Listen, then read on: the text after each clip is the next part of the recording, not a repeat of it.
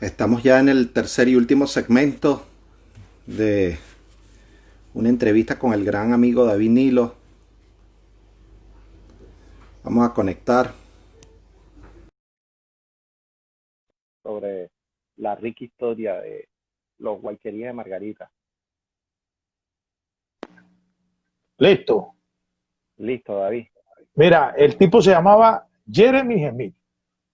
Jeremy Smith, claro. Sí. Ya lo recuerdo, Sí. recuerdo. Ese fue el importado con que Marino también se tituló campeón en ese año 2011. Sí, yo no sé si fue él o otro muy cercano a él que decían que era un jugador que estaba en el banco y se quedaba dormido. No sé si es él o uno muy parecido a él en cuanto a físico, que también tuvo la oportunidad de jugar en Marino. Bueno, a mí esa historia del jugador que se quedaba dormido en la banca me la contaron que era Walter Sharp, el que vino con Cocodrilo. No, ese es otro, Walter Char, el que vino con Cocodrilo, mucho más reciente. Sí. Sí, jugadorazo ese también. Sí. Bueno, David, ya prácticamente tenemos cubierta parte de la historia de estos Guayqueríes, de 6 títulos consecutivos. Vamos a dedicar este último segmento a estos 2 últimos títulos, David. Lo más reciente, la historia más fresca, lo que significó un Asquia-John Piculín Ortiz en la temporada del 97, donde he tenido la oportunidad como entrenador de conversar con conocedores del área y creo que el punto clave de ese título definitivamente fue Piculín Ortiz. Sí, de verdad que nosotros coincidimos en eso. Si Guayqueríes no hubiese tenido a Piculín Ortiz en esa final, no hubiese sido campeón, pero ni con trampa. No estamos menospreciando el trabajo que hizo Gary Bosé, que fue el otro importado que se mantuvo toda esa temporada, porque fíjate, Guayqueríes esa temporada de arranque tuvo a Asquia Jones, tuvo a Isaías Morri y a Gary Bosé. Pero en un interín de la temporada, Julio en alguna competición internacional vio a un jugador egipcio que se llamaba Hassan El Kawil, tipo que medía 2 metros 20 y tanto, y lo trajeron un fin de semana a jugar con Guayquerías, Hassan El Kawil. Bueno, fue un fiasco, ¿no? Incluso me acuerdo cuando entrevisté a Pedro Conde tuvo la misión de ir a buscar a este tipo al aeropuerto aquí en Margarita y no cabía en el carro Swift, donde Pedro Conde lo fue a buscar en un Chevrolet Swift, tipo que medía 2 metros y tanto, ¿no? Fue una apuesta de Julio Toro. Y bueno, el tipo no sirvió, se va, sigue Gary Bosé, que fue un gran importado, tipo que jugaba de 5, podía jugar de 4, lanzaba de 3.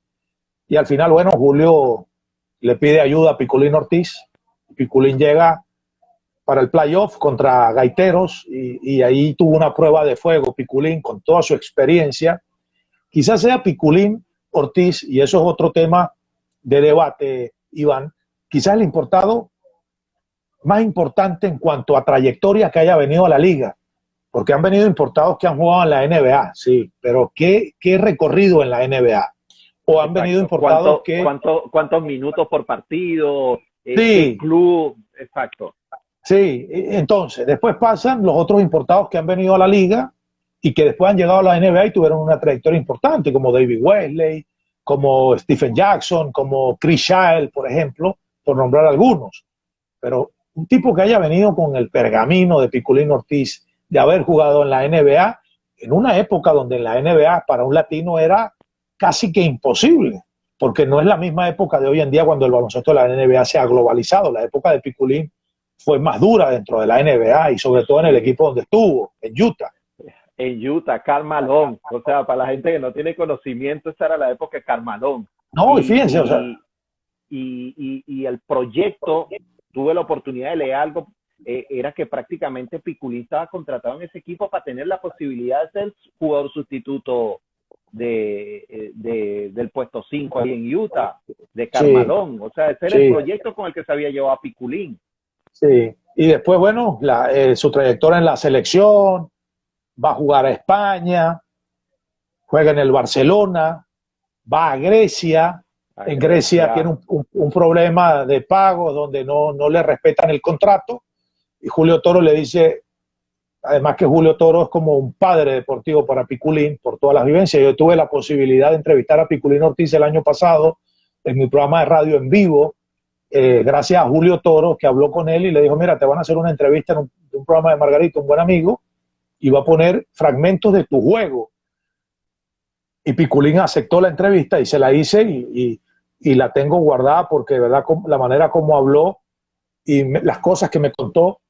Y entonces, bueno, Julio lo trae y bueno, ya con Piculín, bueno, Guayquería fue otro y terminan siendo campeón en una final que tiene algo muy parecido a la final del 2007. ¿Por qué? Porque la gente no recuerda, solo lo recordamos los que somos seguidores de Guayquería, de aquel quinto juego en Caracas que no se jugó ese domingo, que se tenía que haber jugado, comenzar a las 11 de la mañana, 12 del mediodía, a más tardar, y se fue la luz en Caracas y Cocodrilo quería jugar ese día porque estaba arriba 3-1 en la serie. Y si ganaba ese domingo era campeón.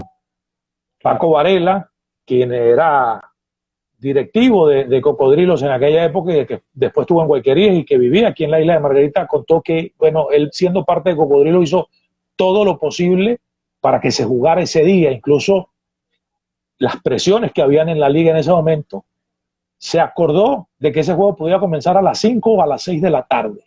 Y la luz no llegó, y Guayquerías no jugó ese día, juega el lunes, ganan el lunes, se vienen 3-2, ganan el sexto aquí, se ponen 3-3 y en el séptimo Guayquerías liquida a ese equipo de Cocodrilos, que hay una anécdota también que tiene que ver. En el primer tiempo discutió Iván Olivares, de quien hablamos recientemente y vimos su video, con el entrenador de Cocodrilos, John Treloar, y no jugó en todo el segundo tiempo Iván Olivares. Entonces tú dices, como un equipo como Cocodrilos, con Iván Olivares, tenía Armando Becker, estaba Mimo Vargas, Carlos Morris, Rostin González, Jimmy Quijada y los importados Walter Bond, Cedric Hunter, y el otro era Chucky White, eran los tres importados. Entonces dejar a Iván Olivares el séptimo juego de la final en la banca e Iván estaba sentado solo en la esquina, bueno, fue algo que llama la atención, y Julio Toro aprovechó todas esas circunstancias y con su equipo, con Piculín y Asquía, bueno, pudo ganar y desatar la locura en aquel gimnasio, que era el primer título en el gimnasio Ciudad de la Asunción y el primer título después del año 82, cuando Guayquería había ganado por última vez, y era la segunda final después del año 82, pasaron por la final del 91 al 97. Fíjate todo lo que significó ese título para Guayquería. Además que se dice que esa vez fue la vez que la cancha del gimnasio Ciudad de la Asunción estuvo repleta, donde es la vez donde más gente ha entrado a un juego de baloncesto en la Asunción. Sí, ahí hay dos historias tremendas. Me llega un poquito de memoria. John Treloar, o sea, no sé qué pasó en ese banco de Cocodrilo, pero imagínate, John Treloar fue asistente de Bobby Knight en la Universidad de Indiana. Te podrás imaginar el referente que tenía él como entrenador, la forma en que se trabajaba, que prácticamente era una dictadura, no sé si otra cosa, sino lo que el entrenador decía, porque bajo esa tutela se formaron todos los entrenadores de la Universidad de Indiana. Ahí, ojalá tenga yo la posibilidad en algún momento, en ese cuerpo técnico tuvo que haber estado Johnny Fernández, comentarle a ver qué pasó en ese momento con Iván Olivares, porque de verdad que un jugador de esa jerarquía, dejarlo ahí sentado, nada fácil. La otra historia es de Julio. No sé qué tan referente ha sido, pero se hablaba mucho de darle la pelota a Dios. Sí, es así, era sí, era que se le diera la pelota a Piculín. Sí. De verdad que dentro del ambiente, dentro de los entrenadores, dentro de un grupo muy querido por Julio, está esta historia, porque Sam, la jerarquía, quién era Sam dentro de Stan Shepard dentro Sí. de nuestra liga, el referente, y que prácticamente pasó a un segundo plano cuando llegó Piculín. Y entonces existió ese tema en una pequeña discusión ahí y salió esa frase, dale la pelota a Dios.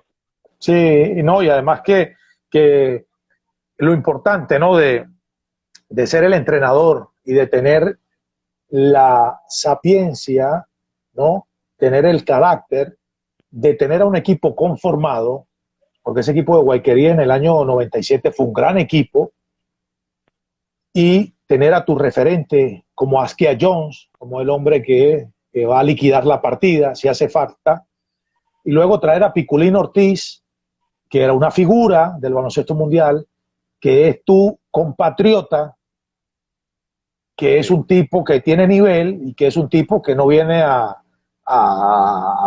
digamos, a sentarse en la banca y a hacerle así con la toalla a los compañeros. O sea, entonces Sí. tener que manejar todas esas piezas y engranarlas y hacer entender que la disposición de cada uno de ellos dentro de la cancha y con la pelota no era para el beneficio personal, sino era para el beneficio colectivo. Y eso parte de la base de un buen entrenador y de tener ese criterio y decir esto se va a hacer así, así, así, y que el mensaje llegue y que lo respeten. Y eso, por eso es que Julio Toro tiene el éxito que tiene, la fama que tiene, porque la gente nos quedamos con los fanáticos, el típico comentario, no, vino Piculín Ortiz y Piculín Ortiz ayudó a Guayquería a ser campeón. Pero insertar a esa figura dentro de ese equipo ya engranado, porque no es lo mismo haber llegado en la semifinal y jugar final, que haber llegado en el juego 5, en el juego 8 de la temporada regular. E insertarlo allí y hacerlo uno más, que era un equipo nivelado, donde cada quien tenía su rol principal. Bueno, fíjate, tanto era así ese equipo de Guayqueríes que Richard Medina salía de la banca. Sí, en aquel sí, equipo. sí, lo estaba revisando Vitico González, Cruz Salcedo, Francisco Caldera, Luis Renault, que venía Sí. con un nombre de marino, o sea, venía con una historia de O sea, Luis, marino. el típico jugador de rol que salía de la banca a aportar algo, porque los titulares eran Shepard, Asquia, Víctor González, Isaiah Morris y Piculín Ortiz. Esos eran los 5. Fíjate, y tener un equipo así y tener que sacar a Richard Medina, que era el capitán del equipo, de la banca, pero entendió su rol, entendió su función, y eso pasa por el mensaje del entrenador. Sí, seguro, es así. La historia de ese banco, no solamente Richard, hablar de Cruz Salcedo, Alex Quiró, Francisco Caldera, veo Edwin Bravo y Julio Rauseo completaron esta nómina. Bueno, ahí habían 11 jugadores. Julio Rauseo era el botones que tenía Askia John, que le llevaba el equipaje, el botones.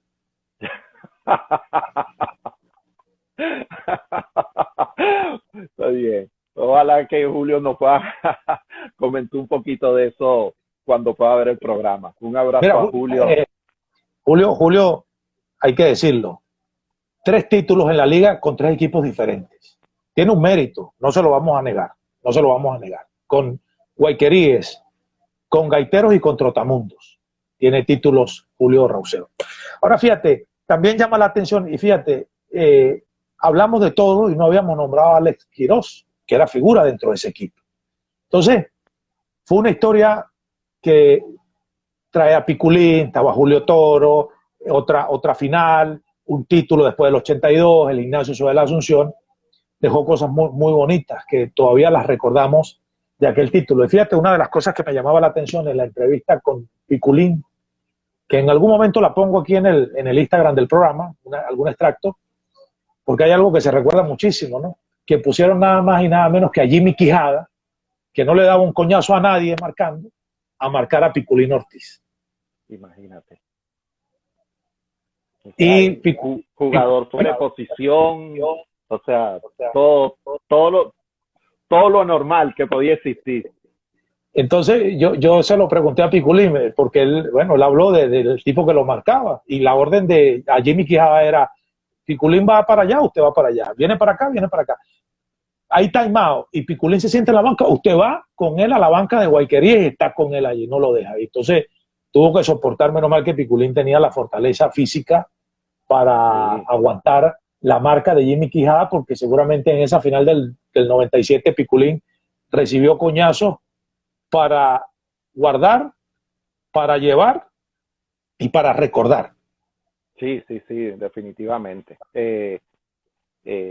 Piculín nada fácil. Bueno, por eso llegó a pisar NBA, por eso fue un jugador importante en Europa, porque no solamente eran sus cualidades, era el Sí, físico que tenía para jugar, y Piculín imponente. en el momento que vino también, en un momento, o sea, tampoco es que estaba acabada su carrera, que era un tipo que ya iba... No, todavía.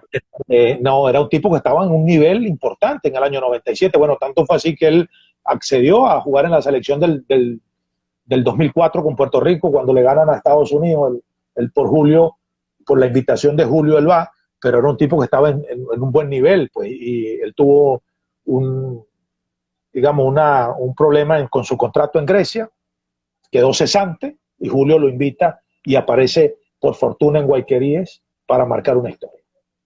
Sí, ¿no? Y creo que después de eso incluso hay una historia ahí con Cangrejeros de Santurce en su liga en Puerto Rico, o sea, donde Piculín, olvídate, fue Piculín.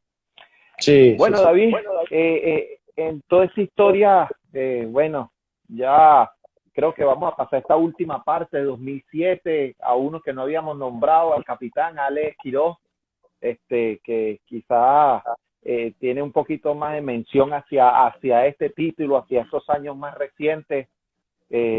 Previo a eso, de toda esta historia que hablamos de jugadores, me fue muy grato. Tuve la posibilidad de compartir con él, y hoy en día radicado aquí en Chile, Alex Blackburn, Muy bien. como director deportivo de un colegio. La nevera negra. Todo, sí, sí, sí, sí. Lo ven y se sorprende, igualito, muy bien conservado. De verdad que coincidimos, no sabía que estaba aquí, y de verdad que fue una gran alegría para ambos. En el año 2002, coincidí yo con él ahí en Guayquería. Tim John también está viviendo aquí en Chile, otro de jugadores por la parte de Cocodrilo. Pero bueno, David, 2007, el último título de Guayquería de Margarita. Hablamos de una nómina de Roger Washington, Chris Jackson, Kelvin Peña, Alex Quiroz, Ever Bayona, Carlos Cedeño, Francisco Sanabria, El Oso Silva, Marlon Patiño, Antonio Torcá, Jorge Díaz y Maravilla Mora. Sí, un gran equipo. Ese año estuvo también con Guayqueríes, pero se lesionó Arnaldo Mundaray. Él vino ese año a Guayqueríes a préstamo. Incluso, si no me falla la memoria, creo que a él lo traen de Panteras por Jorge Díaz. Después Jorge Díaz tiene un problema en Panteras y no siguió jugando, y Guayqueríes lo repescó otra vez, pero Arnaldo Mundaray estuvo en esa temporada 2007. Yo fui parte de ese equipo como encargado de prensa, y ahí, bueno, pasaron muchas cosas para que Guayqueríes fuera campeón, ¿no? Y esas son anécdotas que uno va contando, comenzando primeramente que ese año la liga hizo 2 torneos cuadrangular de preparación. Uno lo hizo en Puerto Ordaz y el otro lo hizo en San Cristóbal, que eran los equipos que iban a entrar el siguiente año a la temporada del baloncesto venezolano, el equipo de Puerto Ordaz y el equipo de San Cristóbal. Y Guayqueríes, la famosa expansión. Y Guayqueríes fue al cuadrangular en Puerto Ordaz y lo ganó. Fue el campeón de ese cuadrangular, que en ese equipo de Guayquerías estaba Mauri Filión, el dominicano, que vino desde el principio. Sí, al zurdo. Estaba ahí a Mauri, trajeron a Larry James Taylor, piloto norteamericano que después jugó en Brasil y se nacionalizó y jugó en la selección de Brasil. Todavía. Bueno, Larry James Taylor lo trajo Julio, ese estaba en México y lo trajo, y John Jackson, que era un centro que había venido el año anterior con Guayqueríes, que jugó aquel playoff contra Trotamundos cuando Guayqueríes llegó a estar arriba 3-1 y perdieron. Él y Roger eran los importados. John Jackson era un tipo que usaba una melena, usaba una cola, sí, y con un gran recorrido por el baloncesto de la CBA, aquella gran liga que había en Estados Unidos, que servía para traer buenos importados a Venezuela. Y bueno, recuerdo que la temporada comenzó, Maravilla Mora no comenzó con ese equipo, él vino después de comenzar la temporada, llegó a préstamo. Julio tenía ese año como asistentes a Pedro Conde y a Gustavo García. Gustavo el año anterior había comenzado dirigiendo a Trotamundos, tuvo un problema, salió de Trotamundos y llegó a Guayquerías como asistente, pero no podía estar en la banca porque ya había estado con Trotamundos, sino que era un asistente que durante los juegos se sentaba atrás, pero en la práctica trabajaba. Creo que también eso fue un acierto de Guayquerías, tener a Gustavo García como asistente de Julio y Pedro Conde. Y bueno, esa temporada comenzó a Guayquerías en el arranque. No le fue bien porque Guayquerías perdió aquí una serie de fin de semana con Cocodrilos y fue aquel famoso fin de semana cuando a Julio Toro le sacaron pancartas para que se fuera. Fanáticos de toda la vida de Guayquerías le sacaron pancartas. Fue un momento tenso, un momento que no pasaba por la mente de nadie que podían sacarle pancartas a Julio Toro para que se fuera. Y bueno, Julio Toro quedó, digamos, con aquella molestia, que uno lo hablaba con él y bueno, de repente no entendía o no comprendía esa reacción sabiendo lo que él había hecho en Guayquerías, que ganar y perder es parte del juego, pero bueno, aquí el fanático a veces exigía un poco más. Y bueno, la temporada transcurrió. Sobre todo, disculpa David, sobre todo cuando acostumbra al fanático a ganar. Sí, no, es así. Y bueno, a veces hay que entender también al fanático, ¿no? Que quiere ver a su equipo ganar. Y bueno, después viene, recuerdo cuando llega Chris Jackson. Recuerdo que Chris Jackson llegó en 3 semanas, venía de Argentina, venía de jugar un equipo que se llamaba Ciclistas de Junín. Roger Washington no comenzó esa temporada y recuerdo que Roger apareció y debutó en Barquisimeto. Ya Roger llegaba y estabilizaba un poco el equipo. Alcanzó a jugar algunos partidos con Amaury Filión, pero después Amaury se fue. Estaba John Jackson, estaba Larry James Taylor, y recuerdo que Guayquerías también esa semana, cuando llega Chris Jackson, trajo un piloto escolta que se llamaba Byron Wilson. Byron Wilson era un americano que jugó muchísimos años en Argentina y se nacionalizó argentino, y ahí es que Guayquerías lo trae como comunitario, porque hay que recordar que en esos años los equipos tenían que tener 2 americanos y un comunitario que no fuese ni canadiense ni americano, podía ser de cualquier otro país del continente. Y este Byron Wilson apareció siendo nacionalizado argentino, jugó en Boca Juniors.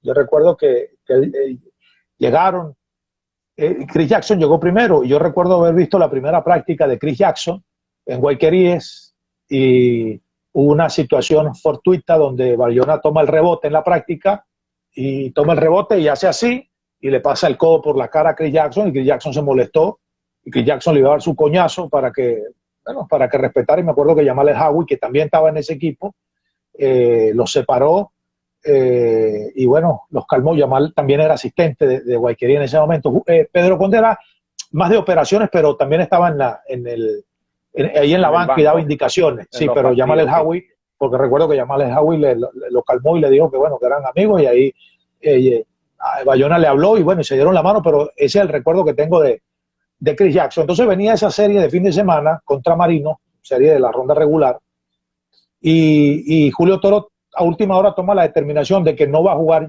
Chris Jackson, sino que va a seguir con John Jackson, porque Marinos tenía a Lee Benson de centro. Entonces digo, coño, poner a Chris debutando contra Lee Benson, no, prefiero que vaya John, que ya conoce.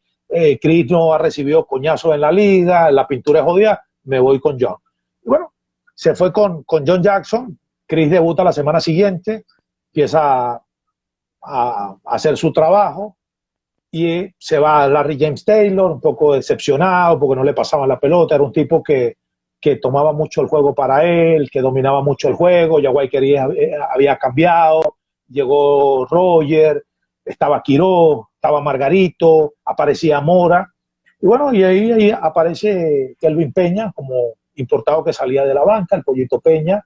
La única referencia sí que teníamos del Pollo Peña era que era jugador que en su momento, cuando estudiaba en la Universidad de Estados Unidos, comparaban su juego con el de Reggie Miller, sobre todo a la hora de recibir y lanzar, esas comparaciones que hacen en los Estados Unidos a los jugadores jóvenes. Y bueno, David, disculpa que te interrumpa, porque hago memoria, ¿no? Y no sé si estarás conmigo de acuerdo en esto que te voy a decir. ese tema del comunitario, yo creo que si no hubiese existido esa reglamentación de esos 2 años, creo que se jugó con este tema, no hubiésemos visto un Osimani, Leandro García Morales, Kelvin Peña. O sea, nos dimos lujo de tener jugadores latinoamericanos referentes importantes. No, o sea, tiene sus pros y sus contras, porque a la hora de buscar un jugador comunitario era, coño, extremadamente complicado, un tipo de nivel. Por la fecha también. Y por sí, la fecha. Yo recuerdo que en el año 2007, en el año del título de Guayqueríes, Gaiteros trajo a Anthony Lever Pedrosa, el mexicano-americano que jugó en la NBA. Anthony Lever Pedrosa. Vinieron grandes importados y lo que tú dices, ¿no? La presencia, yo recuerdo que en la otra semifinal, cuando Guayqueríes juega con Gaiteros, Trotamundo trajo a Román González, el centro, el argentino que jugó en la selección, que era el centro un poco gordo, Román González, o sea, fuera de serie. Sí. Y fíjate, Guayqueríes contactó a Leandro García Morales para venir en el 2008 y no, al final no se concretó. Él había jugado en Italia esa temporada, había llegado a Uruguay y aquí se demoraron después en llamarlo porque él había pedido unos días o su agente había pedido unos días para que él descansara en Uruguay y después Guayqueríes no sé qué pasó, se cambiaron y apareció en Cocodrilos de Caracas, Leandro García Morales. Entonces, pero bueno, vino Kelvin Peña, Guayqueríes termina clasificando, Guayqueríes faltando una serie para finalizar la ronda eliminatoria, hace un cambio en la gerencia, pasa a Juvencio a ser el gerente del equipo. Yo trabajaba con Guayqueríes, incluso él me llamó y me preguntó, porque yo alternaba mi trabajo con Guayqueríes en Meridiano Televisión en Caracas, entonces él me preguntó que más o menos cuál era mi función, cuánto ganaba, conocer un poco, ¿no? Y bueno, le expliqué la situación, no había ningún problema. Y recuerdo que viene el playoff y a Guayqueríes le toca contra Marinos. Marinos tenía a Lee Benson, Marinos tenía a Pepito Romero, Axel Sucre, estaba Rafael Guevara, los dirigía Miguel Ángelo Daluz, el brasilero. Traen a Jefferson de Andrade, el equipo de Marinos, que era un importado. Guayqueríes va a jugar a Puerto La Cruz con la idea de poder sacar un buen resultado para venir a la isla, teniendo el antecedente de que en el 2005 Marinos le había ganado a Guayqueríes en la primera semifinal, 4-1, y en el 2004, en la semifinal, Marinos le había ganado 4-2 a Guayqueríes. Entonces, bueno, venía esta tercera confrontación. Yo recuerdo que estaba yo en el departamento de prensa en Meridiano, entonces terminé mi trabajo rápido porque tenía que sentarme a escuchar el juego por radio para anotar el puntaje de los jugadores. Y resulta que Guayqueríes ganó. Y fíjate, esta historia la quiero contar, Iván, porque yo tengo el cuaderno donde yo anoté esos juegos para tenerlo de respaldo acá, para mostrárselo a la gente también, porque yo tengo esos juegos archivados, bueno, porque es parte de la historia, ¿no? Pero aquí está. Entonces, para que la gente diga en algún momento que cuando Iván hace las entrevistas y los entrevistados, bueno, dan prueba y fe de lo que estamos hablando, para que la gente ya... Bien, qué bueno. Entonces, fíjate, para ser más preciso en esto, ¿no? Aquí tengo mi cuaderno de apuntes, ¿no? Un cuaderno que yo inventé con una planilla que yo inventé y bueno, y así me entretenía y así me formaba. Entonces, fíjate, Guayqueríes juega el primer juego de aquella semifinal el 23 de mayo del 2007. Aquí lo voy a poner para que más o menos tengan ahí, para que se lea un poco la nómina de Guayqueríes. Ahí está, mira. Ok, bien. Roger, Cris, Ever, Choco, Cedeño, después está Peña, Mora, Sanabria y Silva. Estaba Torcat también, Marlon Patiño, pero yo siempre anotaba los que jugaban. Los que no anotaba eran los que no veían acción. Entonces, fíjate ese juego que me llama poderosamente la atención. Los de naranja, quinteto titulares. Titulares, los abridores, sí. En Marino estaba Pepito Romero, Lee Benson, estaba Ernesto Mijares, estaba David Cedeño y Jefferson de Andrade. Después estaba Guevara, Sucre, Briseño, Quintero, era mexicano, Omar Quintero, piloto mexicano, Omar Quintero, sí. y Eric Herrera. Entonces, fíjate, Guayquería llega al último cuarto perdiendo, y ahí lo vamos a ver. Ahí llega perdiendo 66-72, creo que dice el tercer cuarto. Sí, correcto. Pero llega perdiendo. Entonces, fíjate, en ese partido, Guayquería llega al último cuarto perdiendo y gana 84-82. Roger Washington, fíjate, entró en el último cuarto con 10 puntos anotados y terminó el juego con 29. Hizo 19 en el último cuarto, Roger Washington. Wow. Y Guayquerías le gana a Marinos ese primer juego de la semifinal. Y todos contentos, todos felices. Ese día Washington 29, Jackson 18, Bayona 7, Peña 13. Por Marinos, Lee Benson 22. Bueno, perfecto. Guayquerías gana, vienen al segundo juego del playoff. Ese segundo juego del playoff lo transmite Meridiano Televisión desde estudio. No viajaron ni Fermín Pérez Jr. ni Manuel Rodríguez. Y yo, trabajando con ellos, les digo, mira, les cuento la historia del juego anterior, del juego de anoche. Les digo, mira, el juego de anoche fue así, así, así. Roger hizo esto, y Guayquerías ganó. Y resulta que pareciera que fue un juego al carbón, una copia al carbón. Guayquerías llega al último cuarto perdiendo 71-55. Así terminó el tercer cuarto. Y Guayquerías termina ganando 83-81. Roger Washington llegó al último cuarto con 11 puntos y terminó con 28, hizo 17. Y Guayquerías ganó. Que me recuerdo claramente, Manuel Rodríguez lo dice en la transmisión, aparecen los fantasmas de anoche en la caldera del diablo. Y Guayquerías le gana los 2 juegos a Marinos en Puerto La Cruz y arranca el playoff ganando 2-0 y se viene a Margarita. Resulta que en el ferry, porque ese fue el premio que tuvo Guayquerías, termina el juego en Puerto La Cruz y la orden era que se fueran al ferry a tomar el ferry de la medianoche, el ferry lento, no sé si era el Cacique Isabel o el Petronil La Mata, uno de esos. Sí, el de las 12 de la noche era el lento. Sí, para que se vinieran de una vez, porque bueno, había que venir.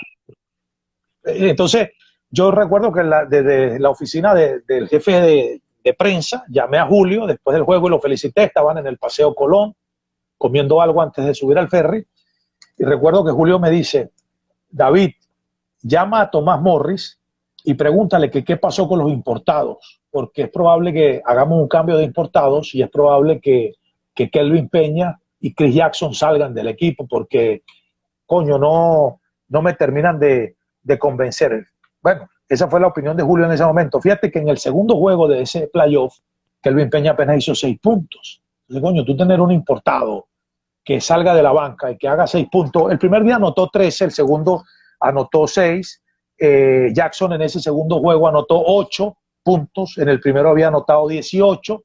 Pero Julio Toro me imagino que venía con la calentura de que, coño, entre los dos tipos me hicieron 14 puntos. No le pueden dejar todo a Roger Washington. Entonces yo le digo, bueno, yo voy a llamar a Tomás Morris y lo que él me diga, Julio, yo te llamo y te aviso. Bueno, perfecto. Yo hablé con Tomás. Recuerdo que había un centro argentino, Alejandro Redick, que lo tenían listo, de la Liga Argentina, y había después otro, no recuerdo bien, había un piloto que estaban buscando, que era norteamericano, pero a la vez había otro piloto que se llamaba Bruno Labarque, Disculpa, David, mi respeto, saludos a Jesús Leandro, Ciclopop. Ahí está, sí, Ciclopop. Grandes recuerdos, grandes recuerdos. Cómo no, y trabaja con el béisbol, con los Tiburones de La Guaira, y ha trabajado con el baloncesto también, con Cocodrilos, un gran locutor y referente. Sí, para continuar, David, el tema, la dinastía Lavaque, Atenas de Córdoba, muy conocido, su padre directivo del club, son 2 hermanos que jugaron históricamente con Atenas. Sí, ese era otro de los jugadores que tenían en la lista, claro. Pasa que los agentes ofrecen jugadores y en realidad habría que preguntarle a Bruno si en verdad él alguna vez le hablaron de Guayquerías. Creo que el tema de aquel momento fue que parece que tenía una situación familiar con su esposa, algo así, creo que era modelo, no.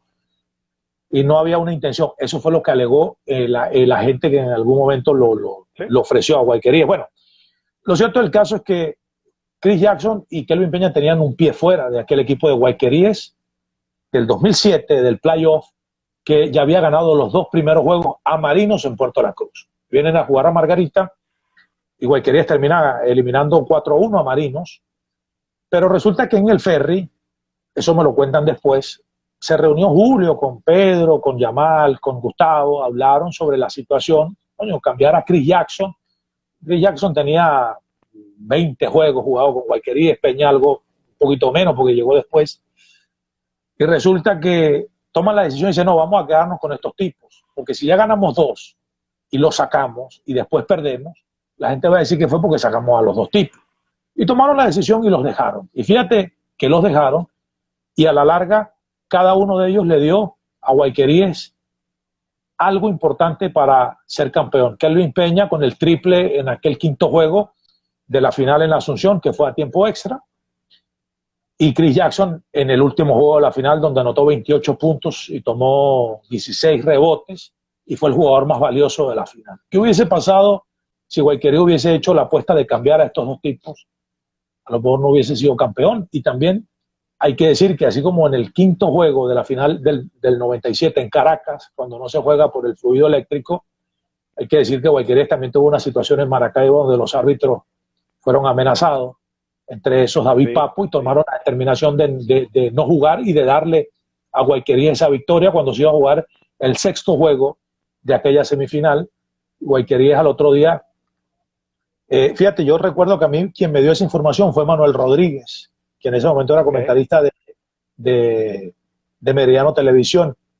Me dijo ese día en la noche, cuando el 6º juego no se llevó a cabo, Guayqueríes se va al hotel, me cuentan los jugadores que llegó gente al hotel a insultarlo y vaina, y Manuel Rodríguez me dijo, mira, no, la liga determinó que no se va a jugar, que queda eliminado Gaitero, Guayqueríes pasa a la final, felicitaciones, y espero que hagas un buen trabajo en la final. Recuerdo esa palabra claramente. Y bueno, Guayqueríes llegó a esa final y fue una gran final, ¿no? Yo la recuerdo por el trabajo que allí se hizo, no había internet en la cancha.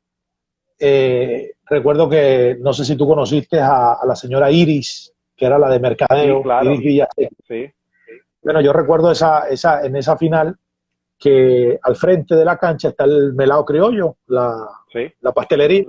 Al lado del melado criollo había un cyber, que era también de los mismos dueños. Entonces la señora Iris en ese momento no había internet, venía la prensa de Caracas, venían los periodistas que escribían de baloncesto, que eran pesos pesados y que venían de estar en finales y donde había un trato especial, y uno sabe que aquí en Guayqueríes van 2, 3 periodistas, se sientan en la grada, se sientan en el VIP, no hay un control sobre eso, pero aquí venía la prensa. Entonces ideamos con la señora Iris ir al cyber, hablamos con el señor del cyber, le dijimos que si había la posibilidad de que después de los juegos él pudiera abrir el cyber para que los periodistas cruzaran y pudieran transmitir su información, ¿no?, a sus medios en Caracas.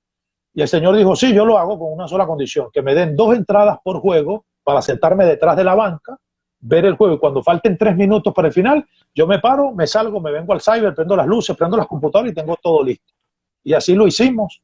Y así pasó. Se puso una mesa, recuerdo, para que vinieran todos los periodistas y se sentaran con el circuito visitante. Del otro lado se puso la otra prensa que venía de televisión, algunas radios, y la señora Iris consiguió unos teléfonos con Movistar en ese momento y los puso por si había que hacer una llamada de emergencia al periódico o algo, para brindarles ese apoyo, ya que no había wifi, no había internet.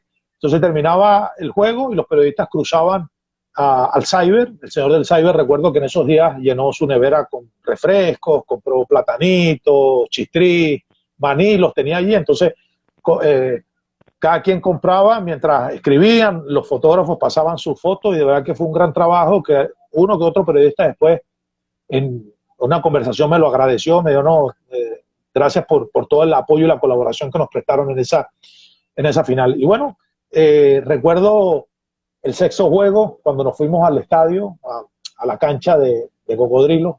Yo tengo la costumbre de decirle a las canchas estadio, yo no les digo gimnasio, yo les digo estadio, porque Ok. para mí un estadio es una cancha rodeada con una tribuna donde la gente ve. Lo veo así. Y recuerdo ese sexto juego, perdimos. El regreso al hotel fue bueno, de caras largas, de miedo, porque era tu posibilidad real de ser campeón en ese sexto juego. Ya perder el sexto y ir a un séptimo en la casa del rival, había miedo, se sentía miedo, temor. Y yo recuerdo, eh, llega el autobús, se para cerca del Meliá, ahí está la mansión del pollo, estaba la arepera de las 24 horas, un grupo de jugadores comieron en la mansión del pollo, otros comimos en la arepera, y recuerdo que comimos y Julio dice, bueno, vámonos caminando todos por, creo que es la avenida Casanova, creo que La Casanova, sí, correcto. sí. Sí, que hay Entonces, como unos 300 metros más o menos para llegar al Meliá. al Meliá. Entonces los jugadores estaban en el Meliá y el personal que trabajaba con el equipo, háblese prensa, el estadístico, el Licho, que estaba también en esa final, los seguridad, estábamos en el Hotel Coliseo, que queda más abajo, ahí nos pusieron. Claro, y la historia que lo contó el otro día el Oso, rápidamente, fue porque para los dos primeros juegos de la final, Guayquería salió de Margarita y no tenía hotel en Caracas. Yo lo puse el otro día en el Twitter, pero ahora lo cuento. Juvencio, que era el gerente, le dice al equipo en el aeropuerto, tomen las cosas, vayan a la práctica, que yo me voy a resolver lo del hotel. Cuando termine la práctica se van a comer y yo resuelvo lo del hotel. Y bueno, resulta que Juvencio, entre sus conocimientos, lo que hizo, se acordó que en la calle de los hoteles había un hotel donde él estuvo hospedado, no recuerdo si fue para los Panamericanos del 83, no recuerdo bien, y resulta que Guayquería llegó y se hospedó para los dos primeros juegos de la final en un hotel de la calle de los hoteles. Por eso viene la anécdota que te la contó el Oso Silva el otro día de que las camas parecían unas cunas, que los jugadores tenían que dormir así. Por eso viene la famosa frase del ataúd, porque había que dormir así. Yo recuerdo que eso fue un desastre. Yo en esos juegos obviamente no me quedé en ese hotel, yo me fui a mi casa donde vivía en Caracas, pero para los otros sí me quedé en el hotel. Recuerdo que cuando el autobús llegó, habían unos transvestis ahí cerca del hotel, cuando vieron a Chris Jackson y a Roger Washington. Bueno, eso fue una fiesta, ¿verdad? Que fue algo que queda en el anecdotario del equipo, pero que en ese momento uno decía, bueno, pero qué vaina es esta, o sea, ¿cómo es posible? Entonces te achaca que Guayquerías perdió los dos juegos de la final fue por eso, o sea, no, los pusieron en un hotel horrible. No sé qué jugador creo que llegó a su habitación y la abrió y había una pareja ahí en la cama durmiendo, o sea, eso fue un desastre. Bueno, y por eso cuando Guayquerías va al sexto y al séptimo, el dueño del equipo se metió la mano en el bolsillo y dijo, no, van en el Meliá. Entonces, Roger en una habitación solo, Cris en una habitación solo, Peña en una habitación solo, Bayón en una habitación solo, los 5 abridores en una habitación solo, y los importados. Entonces recuerdo ese sexto juego, termina la comelona, nos vamos a un grupo de jugadores, y cuando vamos llegando al Meliá, Chris Jackson iba saliendo, pues lo habían invitado, no sé, a una fiesta, algo, iba bien vestido, y a Julio no le gustó mucho esa idea, porque coño, dice, es el séptimo juego mañana, nos jugamos la vida o la muerte, y en vez de estar en su habitación descansando después de toda la coñaza que le dieron hoy en el juego, se va para una fiesta.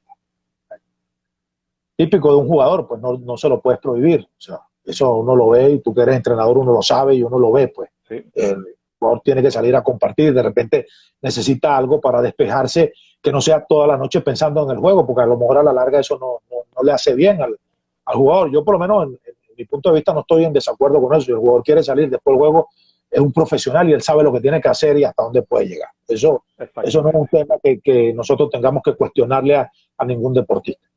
Pero Chris Jackson salió perfectamente. Bueno, y al otro día, me acuerdo que Julio Toro en la charla antes del juego, porque había hecho una charla en la mañana, como ya la comenté cuando comenzamos esta conversación, en el séptimo juego, curiosamente, y sobre todo de Julio Toro, que no haya hecho una práctica, es algo que llama la atención, porque Julio Toro, lo que sea, puede pasar lo que sea, pero hay que entrenar, hay que entrenar. Yo recuerdo una vez en el 2008, No importa la hora, no importa el día. mira, yo recuerdo en el 2008 una anécdota, Julio, teníamos que viajar desde Caracas hasta Puerto Ordaz en autobús para jugar contra Gigantes. Y Julio Toro le pidió en ese momento a la gerente de turno, que era Maruja Guevara, que falleció hace un par de meses, con una trayectoria también impecable en el baloncesto venezolano y en el deporte venezolano. Julio Toro se le acercó en el desayuno y le dijo: Maruja, ¿tú crees que haya posibilidad de conseguir una cancha entre Clarines, Puerto Píritu, que camino de Caracas a Puerto Ordaz nosotros nos paremos un rato en esa cancha para que los jugadores estiren, yo le hago unos ejercicios de calentamiento y puedan lanzar unas pelotas? Le dijo Julio Toro en el desayuno. Recuerdo que Bayona se le acercó a Maruja y le dijo: Maruja, si tú consigues esa cancha, nosotros nos tenemos que en pleno viaje bajar a entrenar, vamos a quemar el autobús, ¿eh? Y no va a llegar autobús a Puerto Ordaz. Fíjate la mente de Julio Toro, o sea, para él no entendía en ese momento que había que tener un viaje de 10 horas, de 12 horas por carretera sin entrenar, un día perdido de práctica. Bueno, era terrible. Era fatal. Entonces en ese séptimo juego de la final no hizo práctica en la mañana, pidió que se hiciera una charla, un desayuno, un compartir, y bueno, él habló, que era lo que yo decía el otro día: si uno hubiese tenido esa idea de poder hacer un documental, haber grabado esa charla de Julio Toro en esa mañana. En esa charla previa al séptimo juego del año 2007, ya Guayquerías ahí, en esa charla tenía por lo menos 15 puntos arriba de Cocodrilos en el arranque del juego, con esa charla, la manera como habló, la frase siempre típica de Julio: la guerra en el rectángulo. Esto es una guerra en el rectángulo, hacemos más con menos, son favoritos, van a jugar en su casa, nos van a poner las 1001 trabas, hacemos más con menos. Me tomó 6 juegos tomarle la medida a la OSA, lo estudió, lo analizó, y fíjate que en el último juego le cambió la alineación abridora y Cocodrilos quedó en el cambio de marca. Bueno, ¿qué pasó aquí? Porque entonces Chris Jackson tuvo la marca de Rosmel Blanco, que Rosmel Blanco tenía que haber marcado a Bayona si era el abridor, y Jackson quizá fajarse un poco con Freeman, que no era tan alto, pero que Freeman sí tenía un poco de fuerza, y fíjate, a Chris Jackson lo terminó marcando Rosmel Blanco, le cambia la figura, Víctor David Díaz se tiene que ir con Roger, Mora se empareja con Tim Jones, y ahí le cambió la historia, y eso quizá a Cocodrilo en el arranque le costó un poco. Entonces, recuerdo el camino a la cancha, recuerdo que pusieron una traba en Cocodrilos, no dejaban pasar a la gente porque habían alegado que en el sexto juego pasó mucha gente con el equipo a través del camerino para la cancha. Fue una historia que inventó Cocodrilos para tratar de tú sabes, de distraerte un poco. Sí, de ponerte presión. Cuando llegamos a la cancha había una bulla cerca del camerino. Bueno, ahí Julio Toro dijo: esta es nuestra noche y vamos a hacer lo que sabemos hacer, que es ganar. Y bueno, y ahí recuerdo que yo me senté con los de la radio en ese momento frente a la banca, y bueno, fue una sensación tremenda, ¿no? De quedar campeón. Yo eso lo tengo internamente. Fue un gran recuerdo. Yo no sabía si ponerme a llorar o reír, porque obviamente era la primera vez que quedaba campeón de algo, y sobre todo del deporte profesional. Y pasa, Iván, que cuando uno queda campeón se te vienen a la mente imágenes de lo que fue la trayectoria de poder llegar a ese momento. Automáticamente tu memoria... Del cómo empezó todo. Uno rebobina tu memoria, los que han quedado campeón pueden entender esta situación, y tú empiezas a analizar cómo llegaron aquí. Yo recuerdo que yo abracé a los de la radio, incluso en el video se ve cuando yo me levanto, tomo mi maletín, me abrazo con los de la radio, que en ese momento era el Circuito Unión Radio, voy a la cancha, veo a Licho, está llorando, lo abrazo. Recuerdo que Pedro Conde también estaba llorando y le hacía señas a una gente en la tribuna, y después recuerdo haber entrado al camerino, y yo no sé si tú te acuerdas que en ese partido al final tiraron un fosforito, y es cuando Papo decide que el juego se terminó. Entonces había unos dominicanos, no sé si eran turistas, no sé si vivían en Caracas, que recuerdo que ellos cargaron a Kelvin Peña y lo entraron por el túnel, y entonces iban gritando como una ambulancia, y los tipos iban: permiso, permiso, permiso, permiso. Yo me acuerdo que con Licho nos reímos, y bueno, ahí vino la celebración dentro de del camerino, y después yo salgo y ya le habían entregado la copa a Guayqueríes. No hubo entrevistas, curiosamente, no hubo entrevistas para el campeón después de ese momento. Todo el mundo apostaba a que Caracas iba a ser campeón. Incluso hay un cuento famoso de quien alguna personalidad entregó la copa, no recuerdo quién era, que fue con una camisa roja, pensando que esa noche Cocodrilo iba a ser el campeón. Recuerdo que Alberto, el kinesiólogo, que es una de las glorias que tiene Guayqueríes, el único integrante de Guayqueríes que tiene los 8 títulos en su haber, falleció hace unos años el kinesiólogo Alberto Rodríguez, llevaba un tabaco y Chris Jackson se lo quitó, y es la famosa frase donde sale Chris Jackson con el tabaco en la foto del Meridiano. Y bueno, después vino la celebración en un sitio en Caracas de las Mercedes que alquiló el equipo. Recuerdo que Will Mancano, que me han dicho que es fanático de Guayqueríes, cantó esa noche. Sí, correcto. Sí, Will Mancano. Y recuerdo que una cosa que fue muy mal, o sea, me pareció muy mal en ese momento, es que al otro día se trajeron al equipo en 2 vuelos. No llegó el equipo en un solo vuelo, sino en 2 vuelos. Un equipo salió a las 9 de la mañana. En ese primer vuelo venía Julio, Quirós, creo que Maravilla Mora, venía el trofeo, el título, y el segundo grupo salió creo que a las 3 de la tarde, y en ese vuelo me vine yo. Venía Pedro Conde, venía Chris Jackson, venía Peña, venía Roger, venía Bayona, venía Cedeño. Entonces la gente llegó al aeropuerto a esperar al equipo y le dicen, no, en este primer vuelo viene un grupo. La gente quería ver a Chris Jackson, quería ver a Roger, y ese vuelo llegamos en la tarde. Yo recuerdo que en el avión nos saludaron, nos felicitaron, el equipo campeón. Llegamos aquí, bueno, el aeropuerto era una locura, incluso hay un video en YouTube que la gente lo puede buscar, llegada de Guayqueríes campeón. Yo recuerdo que cuando uno llega al aeropuerto, que ya entra al aeropuerto, están los vidrios, ¿no?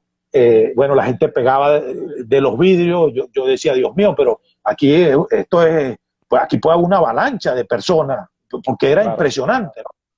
Y preocupante. La gente empezó a corear campeones, Chris Jackson salió con una bandera, y recuerdo que nos montaron un autobús que prepararon, de esos autobuses que hacen turismo, que son abiertos. Okay. Ahí estaba Julio, nos montaron el autobús, de ahí salimos, fuimos a la Virgen del Valle a darle las gracias, a llevarle una ofrenda. Después nos llevaron a Pedro González, al cementerio donde está enterrado Fucho Tovar, el dueño del equipo, originalmente el primer dueño. Estuvimos allí, que recuerdo que Chris Jackson dijo que él no entraba a un cementerio, que no le gustaba, que le daba miedo. Y después de eso vino la celebración en el Gimnasio Ciudad de la Asunción. Claro, y mucha improvisación, no hubo un animador que presentara al equipo, ya los jugadores estaban cansados, fíjate, desde la mañana del viaje. Y bueno, ya después vinieron las entrevistas unilaterales en la prensa, en los medios, pero fue un gran recuerdo, sobre todo esa noche en el sitio de las Mercedes, Julio Toro sentado en la mesa con Rodolfo y unos invitados de Rodolfo Tovar. Y Julio Toro, en la inercia, se reía solo, y yo, bueno, le pregunté y me decía, bueno, acordándome de los cabrones que me sacaron la pancarta en Margarita, ¿cómo deben estar celebrando? Lo hice por ellos, me decía. Bueno, y fue parte de esa vivencia, de esa anécdota extraordinaria de ser campeón con Guayquería en el 2007. Qué buena historia, David. David, más que cualquier otra cosa, agradecerte porque te hayas tomado un tiempo de que podamos conversar, de que la gente pueda conocer un poco más la historia.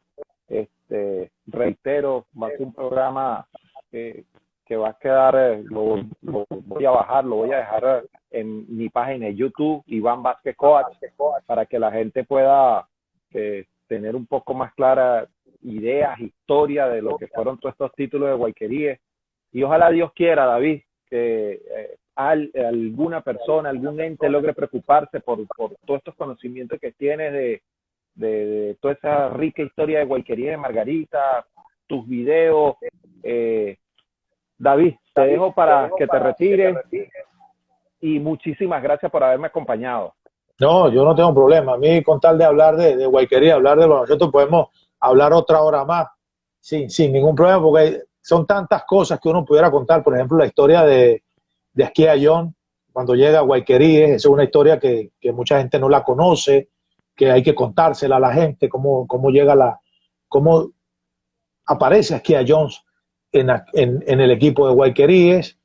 Y hay otras vivencias importantes que uno empieza hablando de un tema y van apareciendo cosas y obviamente uno las quiere transmitir, sobre todo de este equipo que tiene muchos seguidores. O la vez cuando fuimos a jugar en el 2008 a San Cristóbal, ver el apoyo que tuvo Guayqueríes en San Cristóbal fue impresionante, porque en algún momento Guayqueríes jugó contra Panteras del Táchira y le ganó una final incluso, y de ahí quedó la gente con esa idea de Guayqueríes, de Guayqueríes va a jugar a cualquier cancha, y bueno, la gente lo aplaude. Yo no sé si tengamos tiempo de contar la historia de Asquia Jones, porque si no la contamos, Iván, la gente te va a decir, coño, Iván, ¿por qué no se contó la historia de Asquia Jones?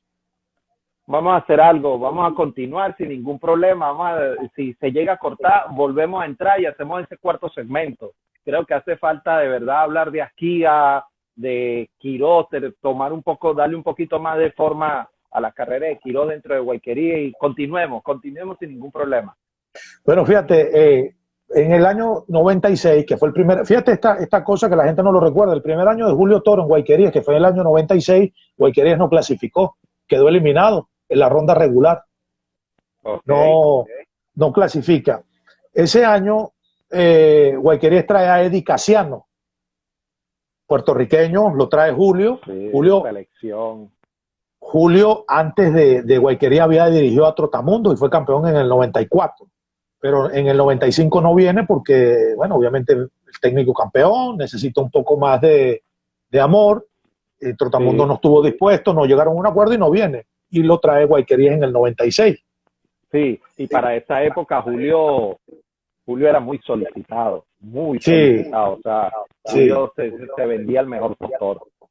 Es así, pues su nivel lo permitía, y Guayquería hizo un esfuerzo. Fucho Tovar hizo un esfuerzo, fue a Puerto Rico a hablar con él, lo convence y viene. Y él trae a Eddie Casiano. Eddie Casiano fue un gran importado ahora mismo dirigiendo a la selección de Puerto Rico. No sé si todavía es el entrenador de la selección de Puerto Rico, Eddie Casiano. Sí, todavía se mantiene. Eddie Casiano viene a Puerto Rico, un zurdo, con otra fisonomía del baloncesto, con el pelo un poco largo, una escolta que podía bajar la pelota, que penetraba, que lanzaba de tres. Bueno, Guayquería quizás andaba en la búsqueda de algún importado que sustituyera a Byron Larkin, porque ya Byron Larkin era historia. El año anterior, en el 95, Guayquería había traído a Duane Washington a préstamo de Trotamundos, porque hay una historia que la gente no la sabe.